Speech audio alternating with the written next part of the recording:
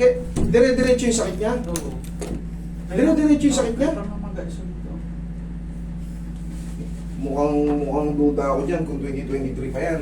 Hanggang ngayon, namamaga pa rin. 3 taon na, consistent. Ha? Wala.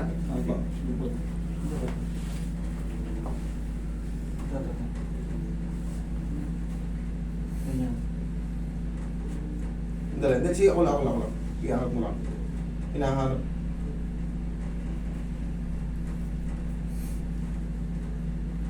Ito ba? Hindi. Sa gilid. Hindi ang banda. Hindi, teres minor yan eh. Kabila, angat ka.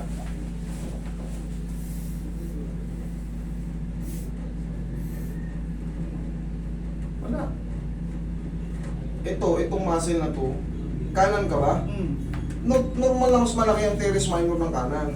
Ito pag pinisil ka sa kita. Pag pinisil, Pisil naman tulog. yan. Sige, pero muscle pa rin yan, idol. Hindi siya bukol. Hindi rin siya pamamaga. Maaring, siyempre, yung connection yan, sa pagtulog, hindi connected yan sa hindi connected yan dito sa acromion. Yung sa panloob. Yung sa panloob, ang connection kasi ng acromion, dapat dito kagad sa ibabaw ang tapos ito sa trapezius natin. Relax na sir. Hindi. Tigasan mo yung siko mo. Sige po. Hindi ganyan. Yung siko lang. Pag, hindi ganito eh. Siguhin mo siya. Siko lang po. Yan. Ganyan. Sige. Okay, thank you. Hindi masakit. Huwag mong labanan. Ako na. Huwag mong labanan.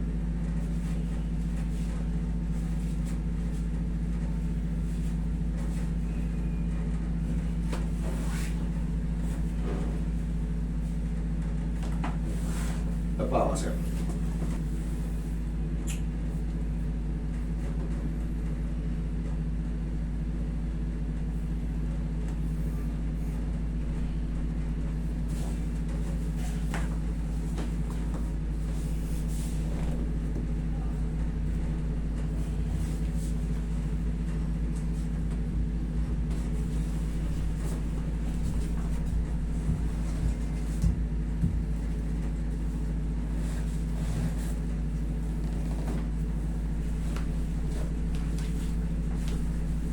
Diyan ka lang. Okay ka lang dyan?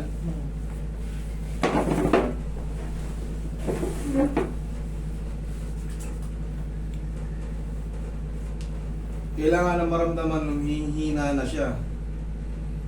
Pag humina na siya, pahinga mo lang, dire-diretso na yan. Yung sobrang yung 3 years na pahinga, nagtataka talaga ako hindi naghilom yan. Ilang buwan lang yan. 2 months, 3 months, full healed na yan kung nagkaroon ng maliit na stretching acromion.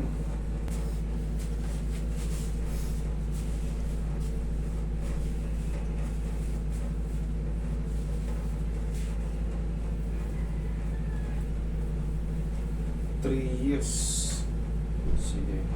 Ngayon, obserbahan mo ng 4 to 5 days lang. After 5 days, pag masakit pa rin, bumalik ka rito. Okay? Sa Korea na ako. Sa Korea ka na? Sa Bado. Like, Okay.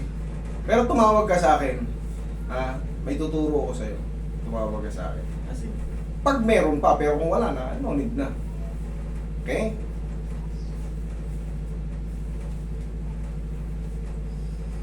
hindi na ako may balik sa normal sir. Hindi na po yan bumabalik.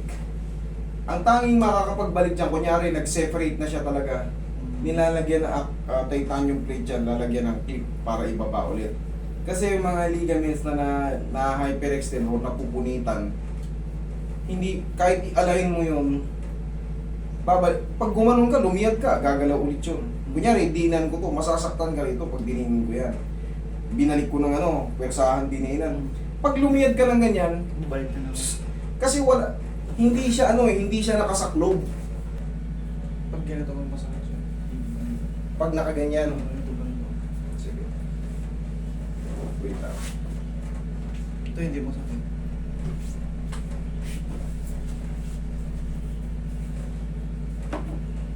Ito.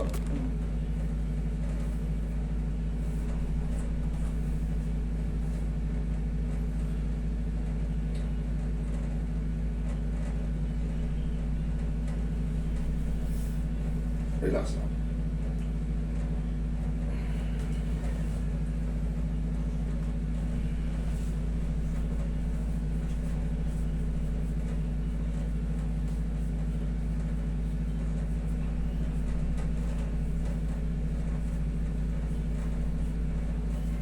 Kailangan mapahina ko yung masakit na yan, tapos paglipas sa mga ilang araw, dire-diretso na yan.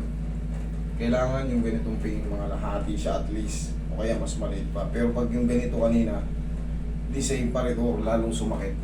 Ibig sabihin walang nangyari o lalo mali yung adjustment.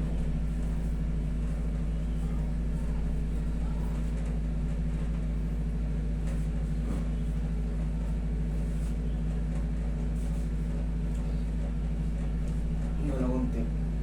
Thank you, Lord. Okay, sige. Bossing, huwag mo na munang i-challenge lahat. Hayaan mo lang muna, huwag mo nang, kasi masasagasaan pa niya kung may swelling pa. Kasi nagtaka nga ako, 3 years consistent.